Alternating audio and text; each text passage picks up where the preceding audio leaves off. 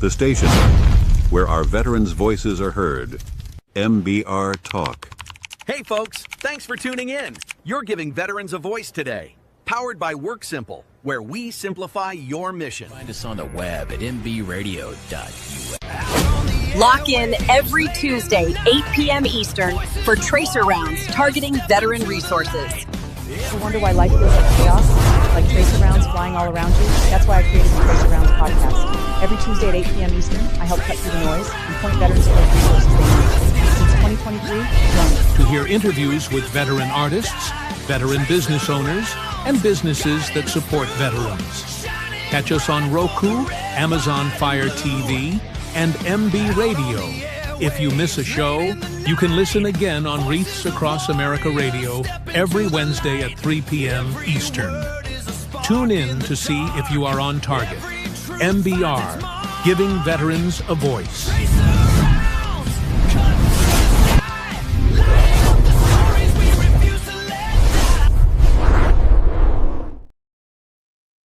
And welcome back to the Tracer Rounds podcast. And I'm Terri, your host. And with me tonight is veteran Shelly Rood. And she is with Others Over Self. And there's other things that you do too. So we're going to get into them all. But welcome, Shelly. Appreciate you coming on tonight.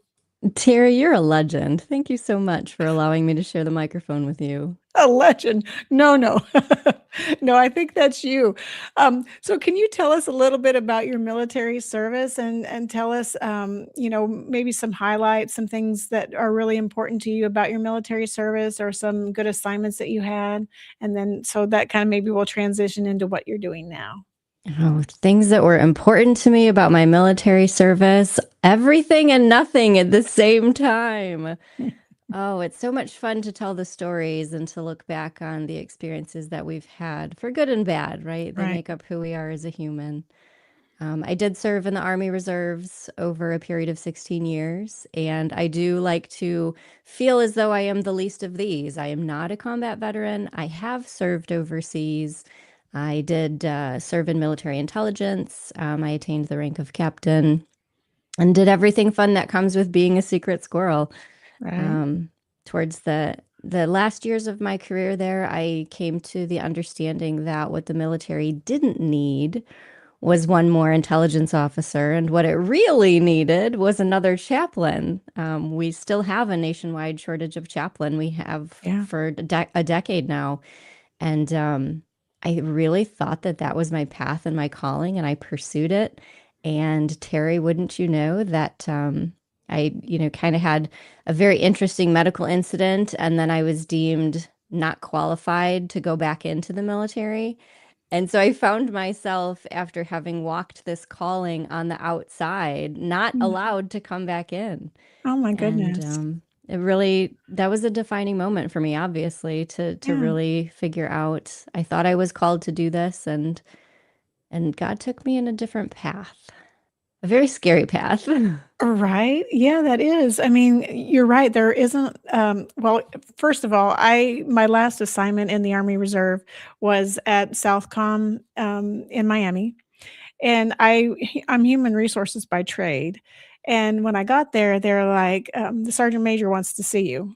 The very first time I got there, sergeant major wants to see you. Nobody ever wants to hear those words. I know. I was like, what did I do? I've only been here 10 minutes. What could I have done already? I was really worried about it. And I get into the office and he goes, I got an assignment for you. And I was like, yes, sir, major. And he goes, yeah, so you're going to work in the chaplain's office.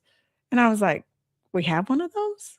Like there actually is a working chaplain in the building. He's like, yeah, and you're going to work for him because he needs help. And because we never see, or depending on the unit you're in, the chaplain quite literally is one of the busiest people that you have. And they're always right next to the commander. It's such an important position and responsibility.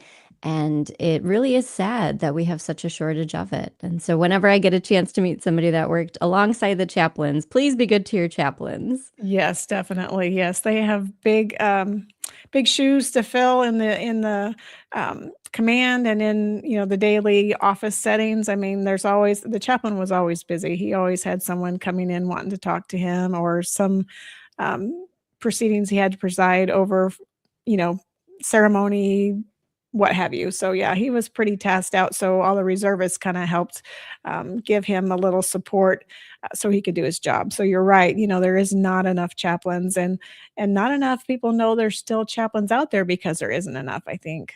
I agree. I agree. And so the chaplain's whole purpose is to represent the spirit of the human. It's as simple as that. We're not talking about religion. We're not talking about your faith beliefs, just the spirit of the human. And then if you choose to, as a chaplain, then you can go through all of the different belief systems. You can choose to represent one of the, I think it's 212 now that are deemed Wow. as official religions within the Department of War.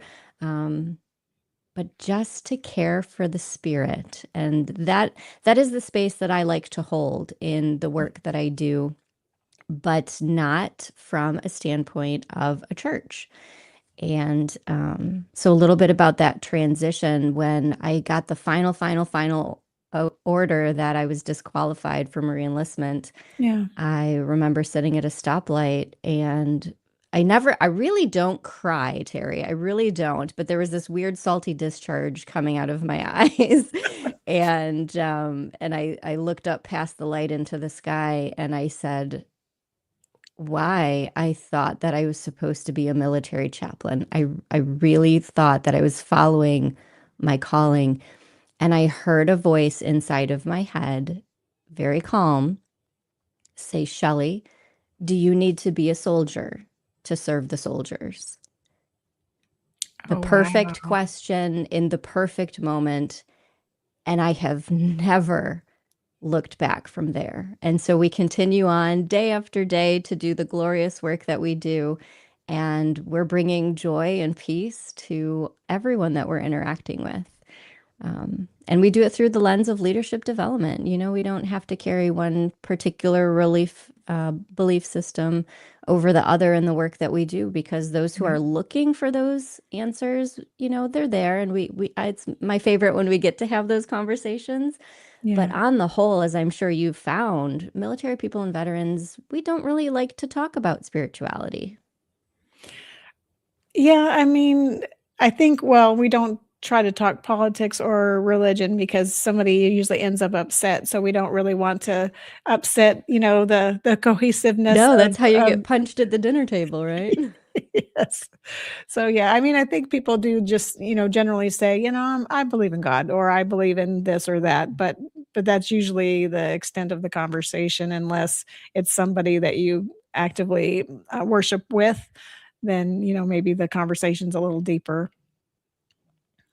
So you transitioned then from wanting to be an army chaplain to what That's exactly? What right. did you did? Exactly. So I just bunkered down into the leadership development company that we had already created. Yeah. And that's the work that we've been living in and day out. We went ahead and ran with the mindset of others over self. Yeah. And we truly believe that we are created to serve others and put the needs of others over ourselves. And that's a very easy concept to say. And I think it's the hardest thing that you can possibly do in life, to serve others over self. Yeah, it is hard to I mean, those who have a heart for service, maybe it's not quite so difficult because, we're always wanting to find a way to serve others or to help others or support others. Maybe if we can't serve ourselves, but maybe we're just offer some support in some way. So those that are minded or like-minded that way, I mean, I think that's an easy go. But I mean, still at times it is hard to want to put somebody before your own needs. But you do that as a parent all day long. I mean, if you're a parent, then you're going to put your kids' needs over yours all If the you're time. a good parent, Yeah. Terry. Right.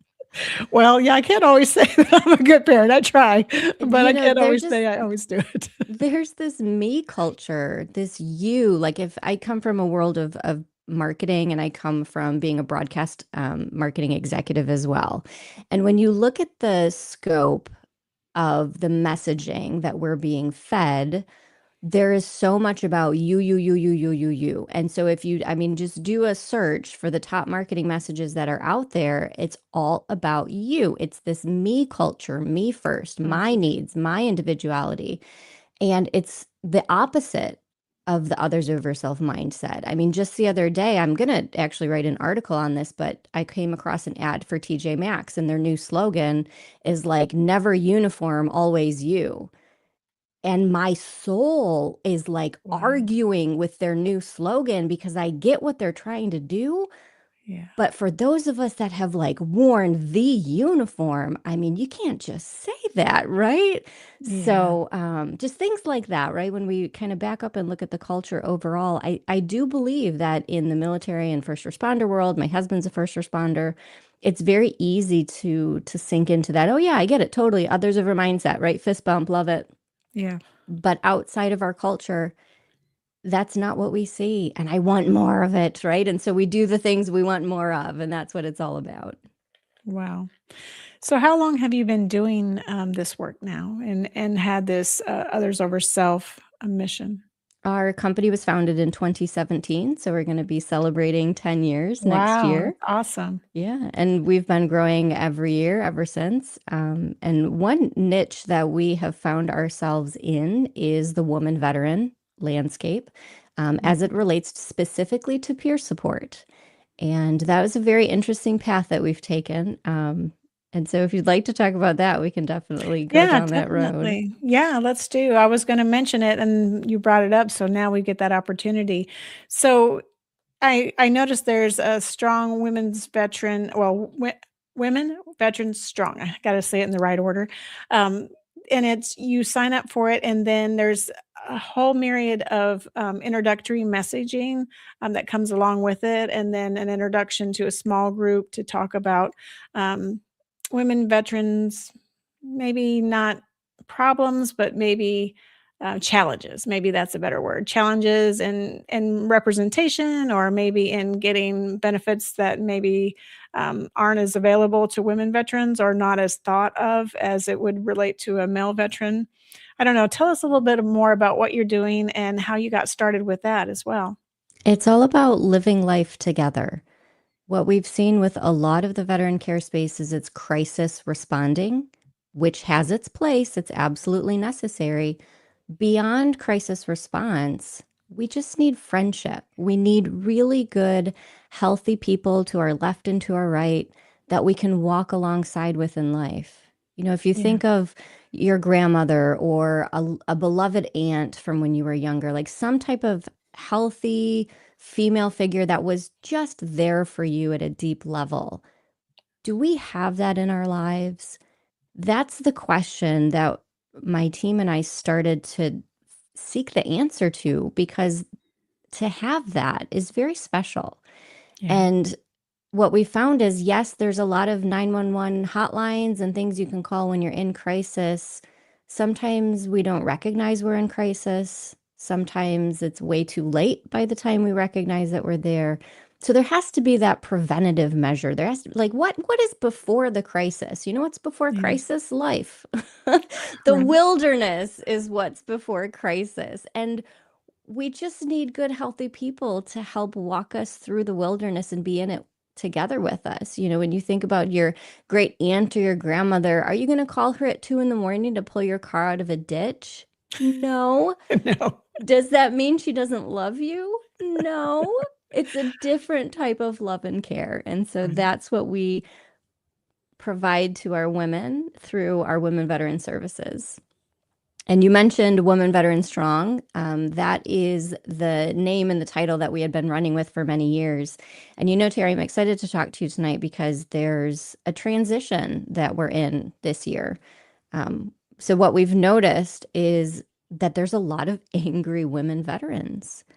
Like there's a lot of fists up in the air. And my team, like we live and breathe this as you do, and we were getting exhausted going into event after event and networking meetings, and we would just feel bombarded by the amount of angry women that we were coming up against. And it felt like the whole landscape was just fighting itself.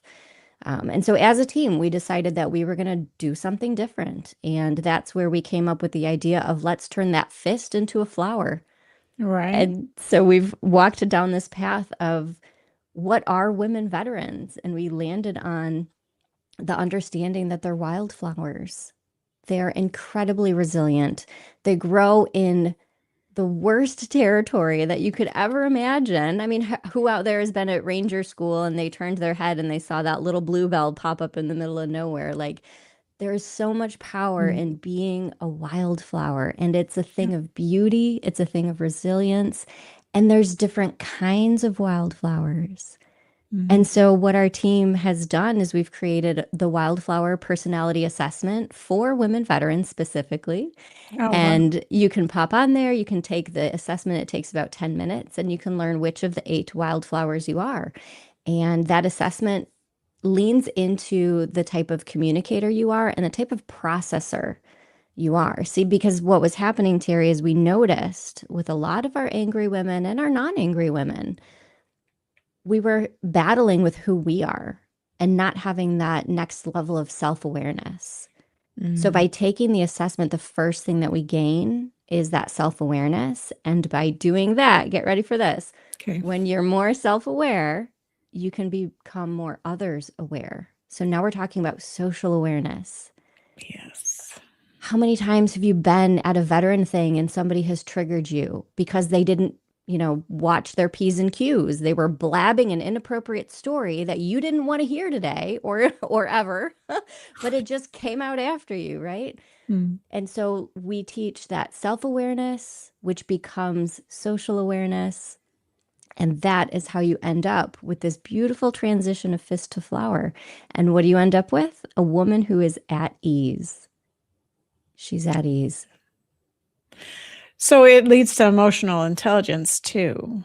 100% it does. So what do you find women veterans are most upset about?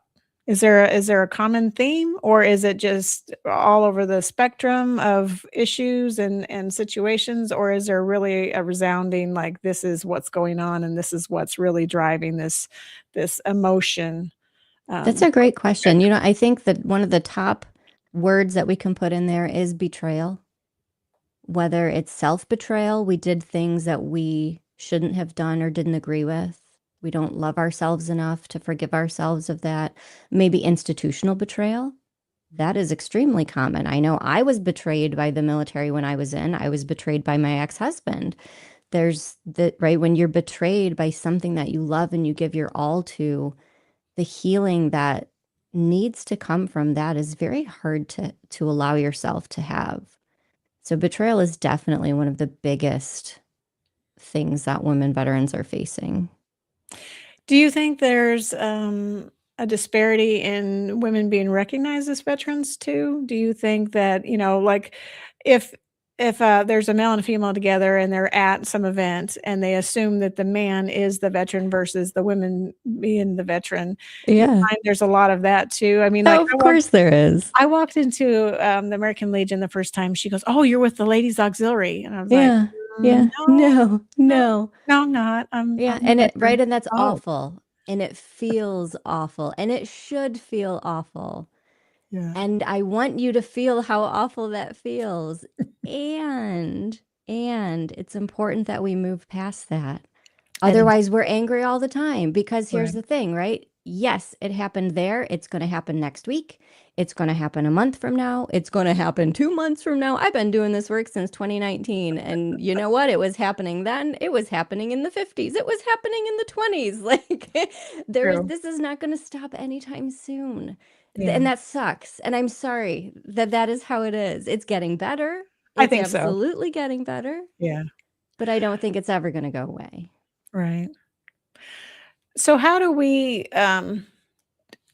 flip the script? How do we become self-aware? How do we become satisfied with who we are as women veterans, as mothers, as daughters, as wives? How do we change the narrative to be in a positive space where we feel connected, we feel like we're being heard, and we feel accepted for just the person that we are? Is there like a magic sauce or a magic button we push and say, okay, now I'm self-aware and I'm happy? Well, that would be wonderful, wouldn't it? Right. A big part of that is where we are in life and the different phases and what's been handed to us, right? What we're living through. And so we refer to that as the wilderness. What I have found is that if we stereotype, your typical male military service is very linear. He goes in, he serves, he comes out. Maybe there's a little bit of shifting in between, but for the most part, the observation is that it's a very linear path. That is 100% not the case with our military women. It is extremely rare that I talk to a woman who went into the military at a young age, did her years, and came straight off active duty retirement. That's amazing. I love those women. That is like the teeny tiniest sliver of the landscape of what a woman veteran is. And so it's this shifting around, these explosions that happen, maybe literally, right in front of us, where all of a sudden a wilderness has been handed to us, and we're asking ourselves, how did we get here? How do I escape this? How do I win this? Because at the end of the day, these situations are really unwinnable. And that's what we're fighting, Terri, is we've got our fists in the air and we're trying to win situations that, quite frankly, we're not going to win. And so what do we do when you can't win a situation? You navigate it. You can move through it. Right. And that's where Mission Wildflower has grown. So we have a newsletter, we have Substack, and every week we're publishing twice a week where we talk about the different wilderness that women veterans are facing. I mean, the caretaking wilderness. Raise your hand if you're a caretaker. If you're a mother, you're a caretaker. If you are married, you are a caretaker, even if you're young and healthy. We've got aging parents. We've got our neighbors that we're caring for. Just being a caretaker is wilderness in its own. There's what we call root pulls, when things feel like they shouldn't be this hard, but they are, right? I mean, we've got a great story. One of our women veterans, she's a combat vet and she was raised in an abusive household. And now she finds herself with her own issues as a woman veteran, having to be the caretaker of her father who now has dementia.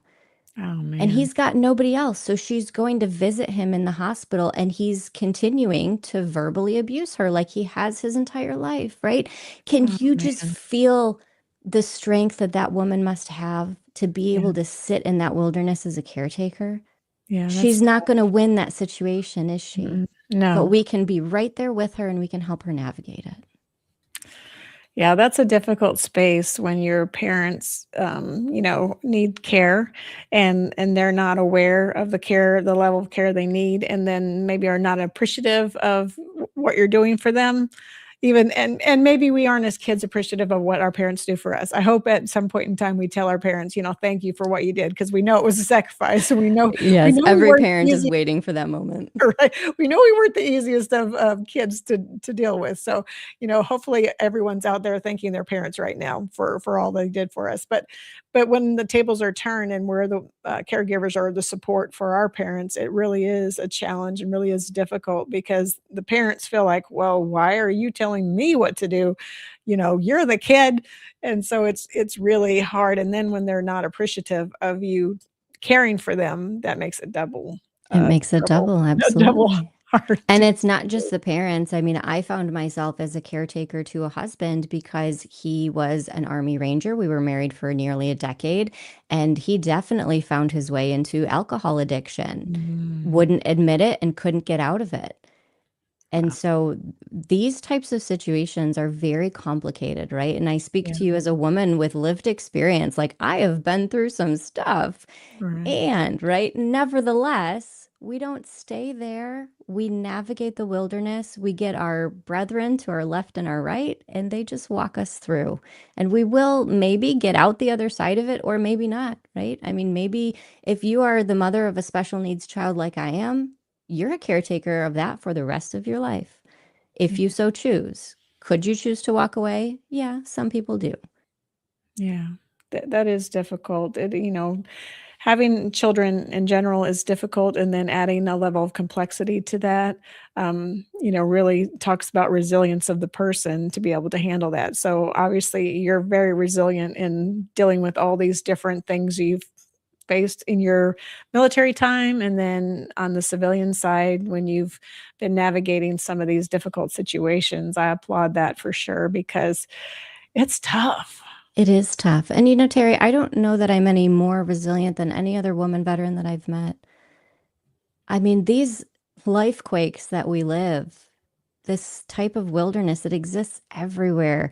And so I'm on a mission to figure out the most common types of wilderness that women veteran are facing. And we're capturing them in books and we're writing about how to navigate through these situations. So caregiving is a good example. We also wrote about the promotion wilderness. Do you remember when you're serving or maybe even in your civilian job, you get promoted and all of a sudden you're living on an island, right? You lost your friends. You're not quite at the par level of your coworkers and that new promotion level. It's a Yeah. very weird wilderness to try to navigate through. And so those are some of the moments that we're capturing. And it's really fun because when you get into the articles that are being written, it's not Shelly. It's actually my team and it's all the interviews that we're doing with all of the different women veterans. And so you get to have all these different perspectives and voices captured into how we can navigate this wilderness with each other. That's awesome. So where does somebody read about the different interviews and the different things you're writing about? Is it all on Substack or is it somewhere else or being published somewhere? Or where does someone navigate if they want to get involved? I guess that's what I'm asking. The best answer is however they want to receive the information. So if you like to watch videos, we have a YouTube channel that's Others Okay. of Herself. If you want to listen, I have a podcast called Hardcore and at Ease. And we get into all this on the podcast. I'm also co-host of Veterans Radio. So you might hear me out once a month on Veterans Radio. Nice. But the bulk of the work, the container that all of our work lives in, really is Substack. So it's Shelly Rood, ROOD. That's SHELLYROOD at substack.com, or excuse me, .substack.com. And on the Substack, you can subscribe for free at no cost, or you can subscribe and you can get longer, more fleshed out versions of the articles, which are in fact chapters of books that we're writing and compiling. That's awesome. So you never thought that your military service would transition into something this huge and this, because you studying or wanting to be a chaplain really, I think, lends itself nicely to this others over self concept and mission set, and then being able to write about and talk about the different issues that women face. I mean, you're uh, being a chaplain means you're listening and you're really taking in what people are saying and really kind of, you know, I'm trying to think of the right word, but you're finding answers and you're finding nuggets of information that can help somebody transition past whatever this issue is. So that's what a chaplain, I think, does in my head anyway, at least the chaplains I've worked with. They're listening intently to really understand the issues and then they're working on a solution. And it's a personal solution because the person actually has to do the work. They It's not do. somebody else doing it for you. Somebody might offer you tools, but it's really the person that has to really engage with what's being presented and really want that. Because until somebody wants help, they're not going to get any help, no matter how many people try. I do so appreciate your kind words, Terry, because there was a time when I was really battling with my ex-husband, with his drinking, thinking about leaving the marriage. And I had actually decided on divorce. And then I was at Fort Huachuca, Arizona. And for the first time in my life, this was before I was like a real good religious believer of anything. But for the first time in my life, and I think I was in my late 20s, I went to talk to the chaplain. And he was not a very good one. When I kind of just briefly mentioned to him, I'm really battling with divorcing my husband. He's abusive. Alcohol is involved. I know it's the right thing to do. We do have a 4-year-old boy. It's time to end the situation. And I mean, I think I was a captain at the time, and he was a lieutenant colonel. I'm not talking like uneducated. None of those increased risk factors were at play here. I mean, we should have known better, right? But that just goes to show that you can't stereotype these types of situations. So the chaplain, he hands me a video that says, basically trying to talk me out of divorcing my husband. And And in that moment, I mean, I could say male versus female, if you will, but I just was sitting there thinking, what type of chaplain looks at a woman who is in a situation of potential harm Yeah. and tells her to stay? Yeah. It's That doesn't make any heartbreaking. sense. Yeah. So things like that continue to drive me every day, where I know that the need is there. I know that there's women listening who are like, oh my gosh, she gets it. Nobody Right. else gets it, but Shelly sounds like she gets it. And it's not because of me, like you said, it's because of all the other women that we've been talking to and collecting the stories and interviewing. And the perspectives are so much deeper and so much more real than I ever thought that they were. What's been your biggest aha moment in doing all this? All this work with others over self, or with the women veterans strong. What's been your biggest aha, or like, man, I never would have thought that getting started in this. I never would have really seen this thing or that thing. What Good would that be? question. It's so hard. Because there's My so many, right? Well, so my aha moment is that this work, if you choose to take down the fist is easy, okay? I'm just going to say it. It's really easy to shoot that fist up in the air and say, I can't believe you didn't shake my hand, but you shook his hand. That is reactionary. It's a very easy thing to do. It's very natural. You know what's hard? Taking a breath, lowering the fist, opening your flower, and knowing that you served and that you don't need to be validated externally. It's hard work. And it's not just hard work for us and to have that self-awareness. It's hard work for the social awareness too. Do you know how many times people tell me that, what we do is just not enough? I mean, I get emails and messages, you're a woman veterans group, you should be marching on Washington because we need more benefits. You know what? There's a space for that, and it's not us. Yeah. We exist specifically to hold the space of the spirit of the woman veteran, and we want her to love herself, and we want her to love her other women veterans. And that is it. That's as far as we're going. We're not Yeah. getting into resources. We're not getting into how we can help you with your benefits. We really just want to teach her to love herself and love those around her. And then it's magic, Terri, right? So Yes. there it is. That's how we do it. That's the magic. That's the magic sauce. No, I love that you relate everything to wildflower and growing and resilience, because that's a new concept to me. I mean, I hadn't really thought in those terms, but a wildflower is very hardy and very resilient, as you say, because they can grow in the craziest places you wouldn't think flowers can grow, and they do. And so having a space where women veteran can grow and experience, the dynamics of other veterans that have similar service, or maybe not even similar, but can understand and maybe share a perspective that they weren't thinking about because they've not lived it. So it's really nice to have a place where women veterans can feel like they're understood and they're heard, and they don't have to be wrong because their service wasn't like everybody else's. Because I think that really is what a lot of women veterans struggle with, is like, well, I'm not that cool. I'm not one of the cool kids because I didn't do, the fun stuff that, everybody sees in movies and all that. I may have been supporting something in the background, or I may have been, treating a patient, or I may have been, just logistics. So I'm out giving supplies.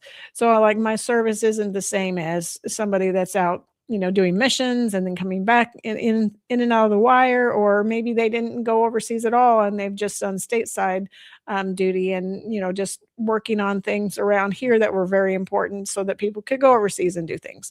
So I think that women kind of struggle, or maybe even maybe not just women, but some veterans struggle with, I'm not one of the cool kids. I'm a veteran, but I don't, I don't see myself any different, in that group or in that circle.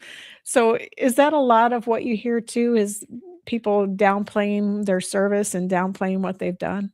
Oh, absolutely. I mean, so if you ask a man about his service time, and I am stereotyping here, what he'll pretty much do is he'll give you a chronological report. And he'll start at the beginning and he'll go through all of the deployments and all of the promotions. And then I was at this unit. And it's just how a man's brain works. If you ask a woman about her service time, you're going to get a totally different answer. It's typically not chronological. She doesn't usually go in order of when she went in to when she got out. She tends to go more towards what was most meaningful to her, or talks about periods of growth, or talks about significant challenges. And that's the difference, I think, when we talk about caring for the woman veteran's heart.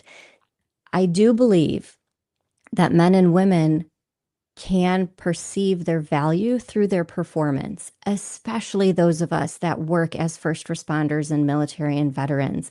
Performance is everything, right? Our PT tests and our scores. And I mean, listen, I was like the Iron Woman or the Iron Girl. I always got those awards for fastest run and most sit-ups. I think I was up to like 125 in the Oh 2 minutes. that's awesome. I 3 babies later, I'm like, yeah, right. But Yeah, it I gets do harder believe after that, babies. yeah, both the men and the women, we do feel that our performance dictates our value. Yeah. So what do we do with that? The men will tell you to handle it a certain way. Women feel it differently. They just do.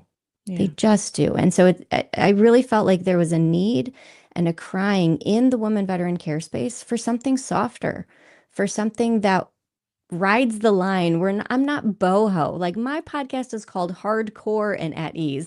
I love CrossFit. I love loud music. I'm in Detroit, Michigan. I mean, I love things that go boom. And I was Army, right? Mm. And so when you think of Shelly Rood, you definitely don't think of a rose or a lotus flower. Not that there's anything wrong with my yogis that are out there, but that's not us either. Yeah. When you think of me, I am the wildflower. And so we have 8 different types of wildflowers, to get back to your point, Terri. For instance, a primrose. One of the 8 is a primrose, and another one is a sunflower. And they're exact opposites. Whether you're an external processor, you're a sunflower like me, or maybe you're a primrose, which is the opposite. The primrose is a very deep thinker. She's not necessarily quote unquote quiet, but the way that a primrose works is that the roots take hold and the flowers actually live and grow underground for a long period of time before the bloom shows. That's the beauty. Like, can you just picture that woman Yeah. veteran? You know who she is, right? And she's a deep thinker. She goes heavy into textbooks and materials that require a lot of thought and strategic thinking. And when she has something to say, it is really important. I bet you if you can think of that woman and she takes this personality assessment, she's going to come out of primrose. And That's that's the interesting. power of it, because now she'll be able to say, there's nothing wrong with me. I'm not broken. This is just my pattern. This is how I operate. And when you know that somebody's a primrose, or, oh my gosh, my iris. Okay, so iris, if you're an iris, you are like going. I mean, this is probably like my fighter pilots, and they sometimes your job might require a few more personality characteristics that like an iris might have. Sometimes we have to act like one flower in our job situations. It's easy to hate an iris because she is going fast and far, and she is going to stomp on you if you are in her way. You know what? You can't hate her, right? And Right. that's the whole point of this. Why are we hating our irises? We should love her. She should love herself. And we should all recognize where and how our own personalities are working for us and against us. And Right. against us. That's true. Some personality traits don't do us any favors sometimes in certain situations. You know, if we're kind of one of those that just going to take charge and then it requires a softer touch, then maybe we're getting in our own way when it comes to that. So we have to kind of work with, like you say, the personality traits we have, and then make the most of them and understand sometimes our normal isn't the right approach, and we need to think about another approach in a particular situation. Well, we do. And in that, it's easy to not like ourselves. Okay. So I'm a sunflower, which means that I absolutely love and thrive consistency. I love schedules. I love the who, what, where, when, why. I'm a very organized, straightforward person. I love having a path and a thing to do. When something shifts, like a plan gets canceled at the last minute, Terri, it feels like the world is crumbling from underneath me. Because, like this podcast episode tonight, right? I had to go through so much to make sure 100% that the kids were handled, the pizza was here, my older son's baseball game was done, my husband, right, da da da da da da da. Like, Right. I put so much effort as a sunflower Yeah. into this moment. So if you had canceled on me, I would crumble a little bit inside. Oh Oh, my gosh, like I put so much into this, and it would feel like the world was shifting beneath me. And somebody who's not a sunflower would just look at me and say, Shelly, you just need to be more flexible. like, And you know what? That's not how I operate, right? right. I am 42 years old. I know how I operate. There is no Shelly, be more flexible. This is me. The This is planner. this is how excellent things get done in my world, right? And so I have to learn to love that about myself, to recognize that about myself, and also how to manage it so it doesn't get out of control. I need to embody the primrose a little bit every now and then. Well, I mean, that is a good trait, though, to be a planner and to be, very methodical and very thorough about everything that you're doing so that you get the best result. Because, like tonight, for instance, I didn't send the link timely to Shelly to log on. And I'm like, why isn't she here? And I'm thinking, well, because you didn't send her a link. So how can she be here? So I appreciate your flexibility and understanding that I overlooked that small detail tonight and that you're on here and you're, you didn't fall apart. You were totally cool about the whole thing. You're like, yeah, well, I'm glad it wasn't me. And I was like, yeah, I'm so sorry it was me tonight. I love it. Well, you're not a sunflower. I promise if you took the assessment, I don't think you'd be a sunflower, right? So I have to be able to forgive that in you because I know Thank that's you. just not who you are. Well, I appreciate that. And I'll have to take the assessment so I know who I am and how I I can't wait to see operate. it. That'll be interesting. So I do have the different websites up here about because you do a couple different things. You're also a speaker.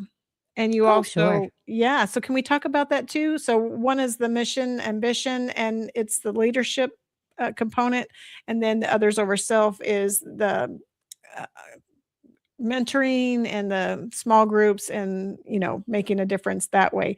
So do you want to talk about what you do as a speaker and what you're what you're asked to do or where you're asked to go with that, and how you see yourself in that space? It all starts with Mission Ambition. That's the name of our company, Mission Ambition LLC. And we're a consulting company, which means that we're advisors. We go around and offer strategic advice to those that we know that we can serve best. And our bread and butter does tend to be military, veteran, and first responder communities. Examples of our clients are Macomb County, for instance, which we are the home of TACOM. It's a huge aerospace and defense footprint right here in Michigan and Southeast Michigan. Another example is the Michigan Department of Health and Human Services is also one of our clients. And so who we serve tends to be these larger organizations, similar to a nonprofit. You could think of them as your funding partners, right? That's kind of the business to business aspect of it. But then you have your consumers, right? So who is actually consuming the things that we're teaching? And the consumer tends to be an ambitious person.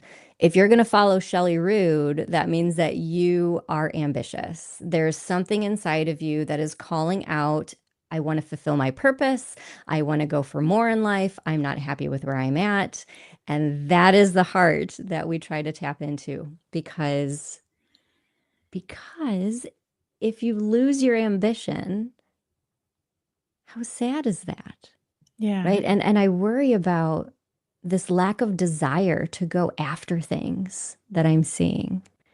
And so that's where, right, Others Over Self is the methodology that we teach through our company. And if you go to othersoverself.org, othersoverself.com, then that's where you'll find our blog and the majority of our teachings that supplement the Substack. So again, Others Over Self is the blog and where you can kind of find the landing space for a lot of our musings that go back for a decade now. Whereas the Substack is something that we created earlier this year specifically to teach to and by the women veterans themselves. And so those are the two main entities that we're focused on. Interestingly enough, Terri, I have done something crazy. And in the words of Melissa Washington, who's the head of the Women Veterans Alliance, she said revolutionary. Nice. So I have digitally cloned myself. Her name is Digital Shelly, and we're getting ready to launch her within the next 90 days here. So that is a huge thing that is Oh my happening behind the goodness. scenes. So how is that going to work? What's Digital Shelly going to do? Digital Shelly is created as a 24/7 peer support.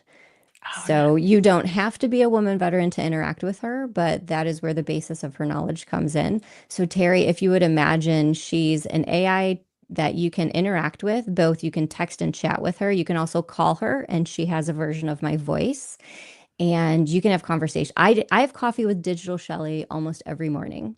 oh my goodness. She's smarter than me. She's much nicer than me. She remembers things a lot faster because she's not open sourced to the internet. Mhm. She is fed the knowledge that we feed her.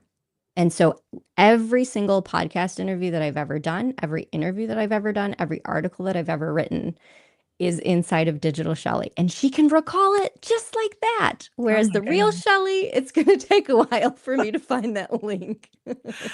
Oh man. So how did you come up with that?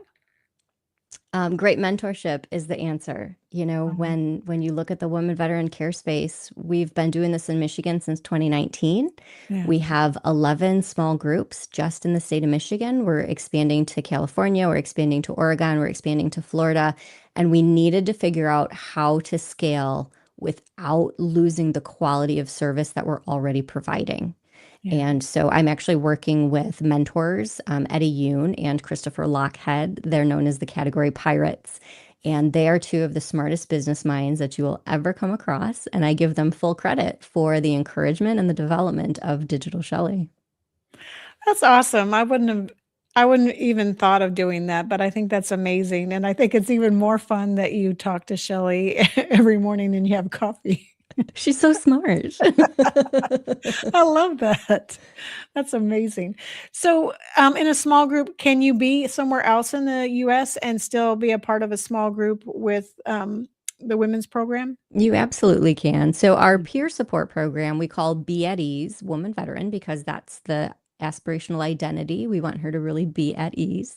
Yeah. And no matter where you are, we meet every month. If you're around one of our in-person groups, you can meet us once a month there, or we do have a virtual group as well that meets once a month on the third Thursday. We call that roll call. Nice. And we'll have anywhere from 5 to 25 women show up for that call.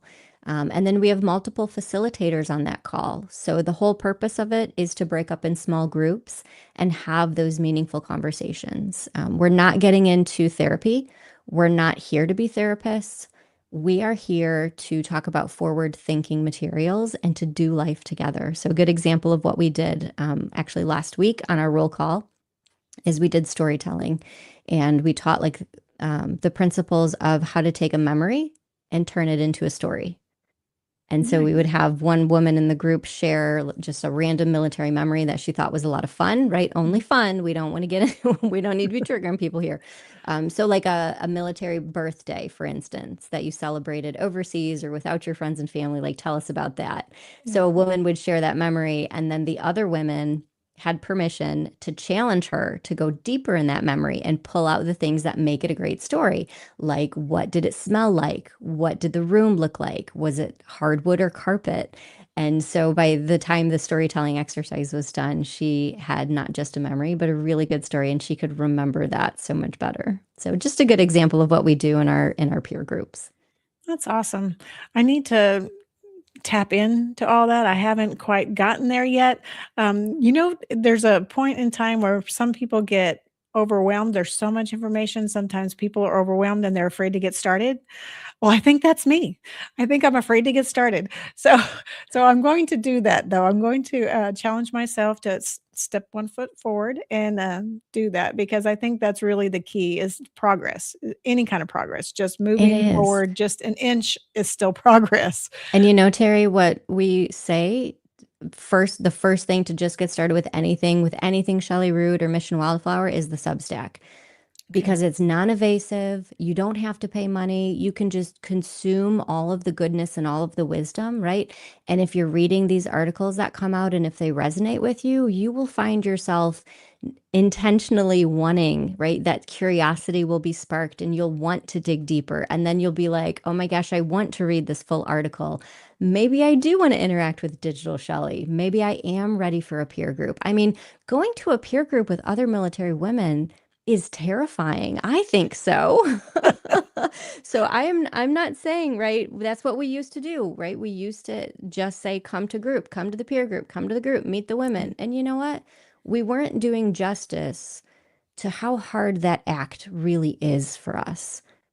And so we needed to come up with a solution so that we ourselves were much more comfortable saying, if you're not ready for group, don't come to group. We're not pushing you to come to group, but we do want you to have increased self-awareness and self-love so that when you do feel like maybe you're ready to make a couple of friends, you know that we're here for you and we have a shared mindset. We have a shared way of communicating.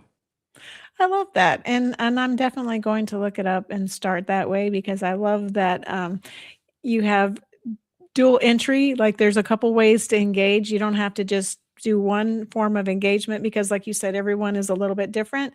And some people are like, oh, I want the group. I'm going to take charge of the group. I'm going to start, whatever. They're all in and they're ready to go at any point in time. And then there's others that are like, I don't know. I kind of want to, but I'm not quite sure. So it's good that there is another way for people to engage without really giving their full, like, I'm all in yet, until they're all in, until they're ready, till they feel that connectedness and they feel like they're going to find support and find some solace in other women veteran and really engage with that platform. Well, So you know what I found? I found that the women who are like, I'm going to jump in with both feet right now, let's do this thing. Yeah. I have found that is because they're trying to find value in performance. Right? We volunteer for positions. We want to take I'll be in charge. I'll take it. Nobody else is doing it. And it's coming back to that need to feel validated by having a position of authority. It's a challenging concept, I understand, but sometimes if we're really honest with ourselves, we can give ourselves permission to say no. I couldn't believe it. I was in this networking meeting one time and we had a new woman in the group. She'd been there a couple of months. Terri, she was the most beautiful woman I had ever seen. She was so put together, non-military. I wanted to be her when I grew up. She owned her own marketing company. And then they said, we would love to nominate you to be vice president this next time around. And she said no. And I couldn't believe she said no. And from that moment on, right, it's like it gave me permission to be a beautiful, well put together woman and to be able to say, I don't need this in my life right now. It has nothing to do with validating who I am or what I bring to the table. And that's one of the exercises we also do in the peer group. We like to do audits and we write down all the things that we're involved in, right? And you hear, I'm sure you go around the horn in networking and women are so proud that they say they're on 37 different boards and right. And then in my head, I'm thinking, you poor woman. Right. Yeah, you are overtasked right now. So what is the most important thing you'd want to tell a woman veteran tonight about any of the platforms or engaging with them or just in general about military service as a female? Is there any words of wisdom for those that are still in maybe or those that are going to transition out of the military soon? What advice would you give someone about, finding value in who you are? Because a lot, like you said, a lot of people place their value in that uniform. That's who they were. And then once they take that off, it's like, well, who am I now? I don't know. So how do you make that transition? And what would you tell somebody that's in that space or maybe they're retired, but they're still like not feeling, they're feeling disconnected, I guess, because they're out of the service. Well, the first thing I would say is that you are exactly who you're supposed to be. And being at ease is available to you right now, even in the wilderness. You can have a sense of peace, even when the terrain around you feels hostile. It's a hard thing to understand, but you can have that. You see, every woman is her own wildflower, and she's her own blend. She's going to be a certain percentage sunflower and a certain percentage iris and a certain percentage daisy. Her blend is not the problem. Your flower, your bloom is not the problem. The problem is the terrain. Yeah. If a beautiful wildflower is in hostile terrain, it's going to be harder for her to bloom. And the more that she can understand the type of bloom that she is and the types of flowers that are around her, the better she's going to be able to navigate that terrain. And she is not alone. I see you, woman veteran. I know the battles and the struggles that you're facing on the daily with isolation, with overeating, with undereating, with unhealthy attachments to relationships. I've been there, I've lived it. Yeah. And so have a lot of us. And so it's just a simple invitation to say, come along and let's do life together. I love that. You're so eloquent with what you say and the way you put things in such simple terms, and you can relate to various facets of where we are at different points in our life, you know, with marriages or with leaving the service or with having kids or with kids leaving home because they're, you know, they're of age to do so. There's a bunch of transitioning points for us, and you're very eloquent at speaking to those and really resonating with females that are and males too, for that matter. I mean, everyone has a phase in their life where they're this person, and then the next time they're having to transition to this other person because that door is closing or that chapter is closing, and now this is who you are now because, you know, situation dictates. So we're all faced with these challenges about who we're going to be next. Like you said, I wondered a long time who or what I was going to be when I grew up, and it took me, you know, like 40 some years to figure out who I wanted to be when I grew up. You know, What's the answer? What's the answer? well, I finally decided it's others over self. I really want to serve people. That's really what I want to do. And I finally embraced that, you know, like I couldn't really understand that was really the calling. Like, well, that's not a job. Like, what is that? What does that look like? I mean, I know it's easy to do something nice for somebody, but how do you translate that into a daily job where it pays the bills and you can still serve others? So it's like, what job, what fit is that for me? And then I finally figured out it's human resources. Like that is the job fit for me because I'm actively helping people coming into the organization, while they're in the organization, while they're exiting the organization. So really it's a full circle moment for me. So I realized that is what I'm supposed to do. I'm supposed to be in a service connected space where I'm able to help people that way. So that's kind of what I did in the Army, and that's what, you know, I do now on the civilian side. So I finally figured out that's who I'm supposed to be when I grew up. So I embraced that, and I got a master's in it. So that's how I figured it out. I love that. I have a master's in as well. And I was actually looking into LinkedIn and I was laughing of like, oh, this is what you do. You grow up, you get out of the military, you get your master's, and you have a podcast. Perfect. I'm following Terri's footsteps. Yeah, I guess that's the natural order of business. I don't know. Oh, well, it's been such a pleasure talking to you. I have really enjoyed our conversation. I am so sorry for the delay in getting you the information to get onto the podcast, but I'm sure glad you came because you're just so full of information, and I'm so looking forward to engaging with your platform, and I hope others do as well. Thank you so much. It's been an absolute joy, Terri, and thank you for what you bring into my life. I really enjoy listening to you. Oh, well, thank you. I appreciate that. I'm going to enjoy listening to Digital Shelly as well, I think. Just go easy on her, all right? Oh, I get some colorful questions that come up. I know what you ask. Oh, no. Let me just say. Uh-oh. Well, that's a note to self. Be careful what you ask, Shelly. Oh, now you know what? Never mind. We just flooded the audience, and I know that we've got some instigators that are already typing some questions up. So. Oh, no. Well, thank you so much for joining tonight. And we look forward to engaging with the platform and with hearing more about what you do. So we'll have to have you back on after you get Shelly fully operational and you start to get some feedback from everybody that's engaging. I'll be interested to hear. Oh, it's going to be a riot. Thank you, Terri. Looking forward to it. Thank you. Well, this is Trace Around signing off. Hi, I'm Beaker with Military Broadcast Radio TV. We're your virtual MWR, bringing veterans radio, podcasts, gaming, animation, 3D printing, and a community that never leaves you behind. Download our Roku or mobile app today. Wisdom to share if you listen this week, so pull up a chair and stay for a spell. We're heading down a trail where good stories dwell.